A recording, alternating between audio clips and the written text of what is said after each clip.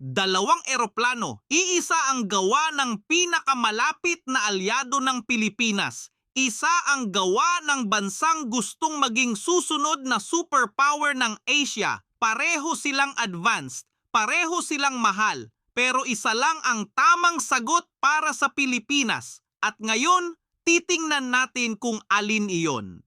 Ang Philippine Air Force ay kasalukuyang naghahanap ng bagong multi-role fighter jet.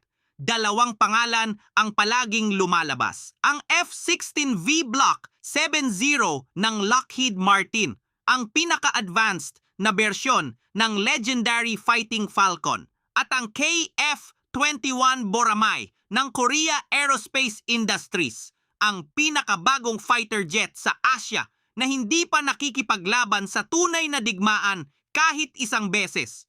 Ang desisyon ng Pilipinas ay makakaapekto sa susunod na 30 taon ng ating kakayahan sa himpapawid. Una, ang F-16V. Hindi ito ang lumang F-16 na nakikita sa mga lumang larawan. Ito ang Block 70, isang ganap na bagong fighter na may kakayahan ng 5th generation jet sa presyo ng 4th generation. Isang makina, ang General Electric F-110GE-129 na gumagawa ng halos 29,500 pounds ng thrust, top speed, Mach 2, at ang pinakaimportanteng bahagi, ang APG-83 SABR ESA radar, ang parehong radar architecture na ginagamit ng F-35 Lightning.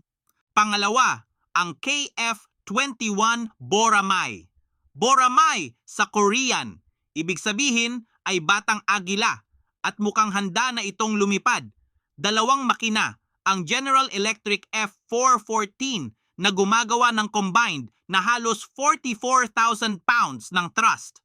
Top speed, Mach 1.8, semi-stealth design. Ang radar cross-section nito ay estimated na nasa paligid ng 1 square meter, mas maliit kaysa sa kahit anong 4th generation fighter ng China. At ito ay papasok sa service ng Korean Air Force sa ikalawang kalahati ng 2026. Sa modernong aerial combat, ang radar ang nagtatakda ng buhay at kamatayan. Ang F-16V ay may APG-83 SABR ESA radar. Kayang mag-detect ng kalaban mula sa mahigit 100 kilometers. Kayang mag-track ng mahigit 20 targets ng sabay-sabay. At kayang mag-operate ng walang signal dahil sa low probability of intercept mode. Ang KF-21 naman ay may Korean ESA radar ng Hanwha Systems. Domestically developed, detection range 150 hanggang 200 kilometers. Kayang mag-track ng 20 targets. Sa radar capability, ang F-16V ay may kalamangan sa proven performance.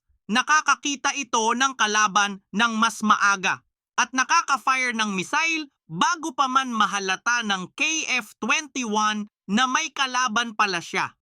Ngayon, ang mga sandata. Ang F-16V ay may 11 hardpoints. Kayang magdala ng AIM-1 to 0 AMRAAM para sa BVR, AIM-9 X-Sidewinder para sa dogfight, Harpoon anti-ship missile para sa naval targets, JASSM long-range strike missile, at AGM-88 HARM para sa radar suppression. Ang KF-21 naman ay may 10 hardpoints. Kayang magdala ng Meteor Beyond Visual Range missile, IRIS-T para sa within visual range, at KGGB indigenous guided bombs. Ang malaking pagkakaiba, ang arsenal ng F-16V ay combat proven na. Ginamit na sa tunay na digmaan.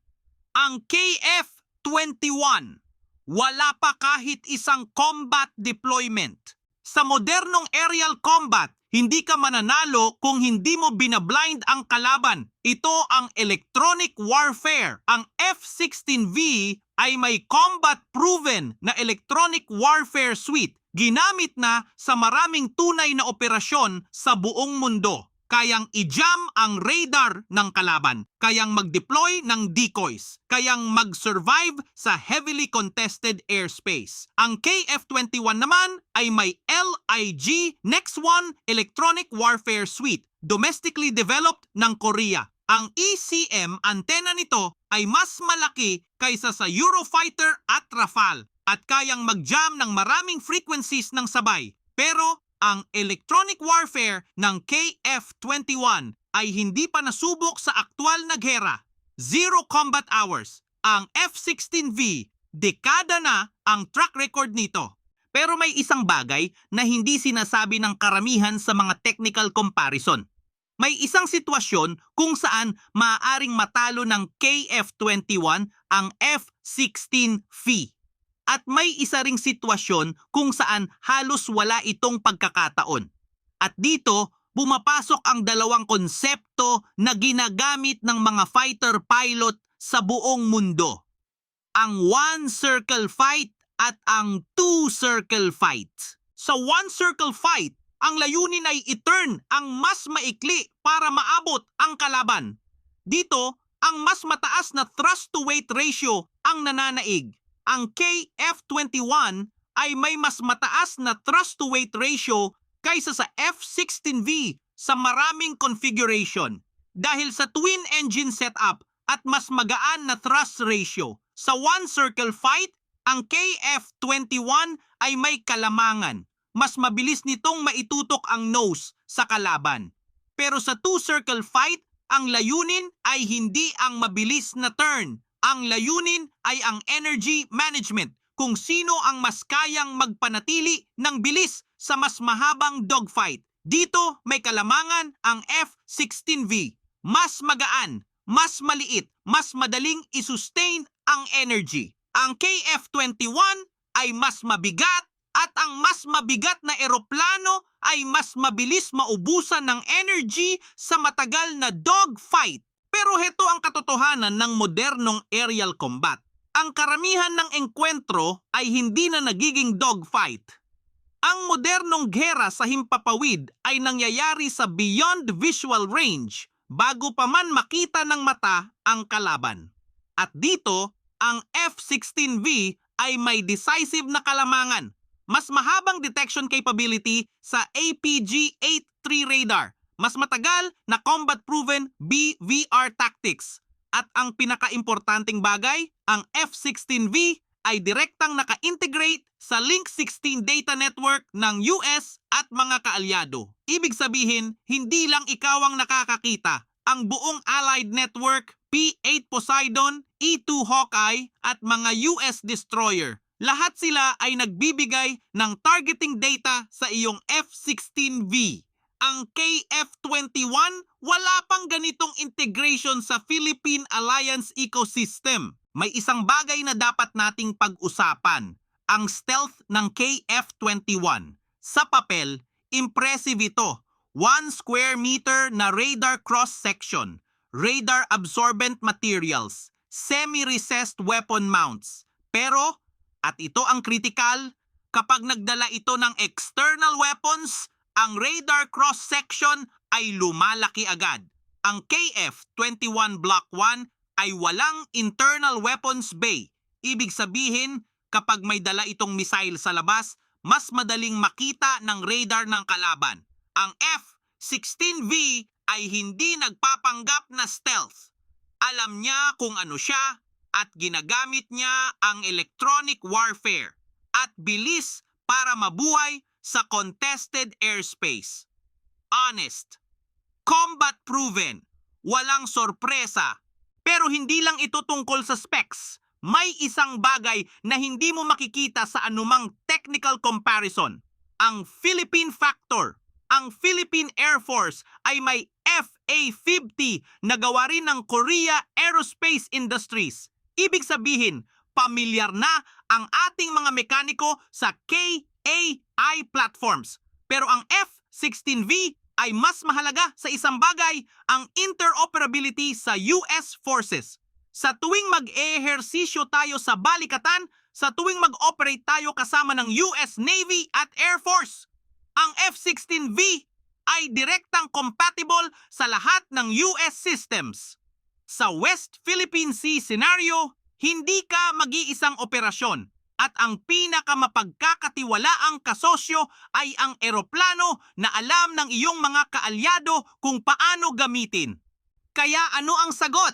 Ang KF-21 Boramay ay isang kahanga-hangang eroplano. Mas mataas ang thrust-to-weight ratio, semi-stealth design, at posibleng mas mura sa long run. Pero para sa Pilipinas ngayon, sa gitna ng pinaka-tense na sitwasyon sa West Philippine Sea sa kasaysayan ng bansa, hindi ito ang oras para sa eksperimentasyon. Ang F-16V Block 70 ay napatunayan na. Combat-proven radar, combat-proven weapons, combat-proven tactics, at direktang naka-integrate sa pinakamakapangyarihang military alliance sa mundo.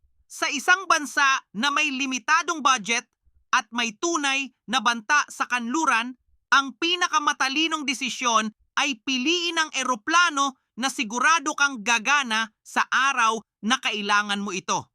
Pero heto ang tanong na dapat mong isipin. Kung matanda na ang F-16V at mag-upgrade na ang Pilipinas sa susunod na henerasyon, posible bang ang KF-21 Block 3 ang magiging sagot sa hinaharap?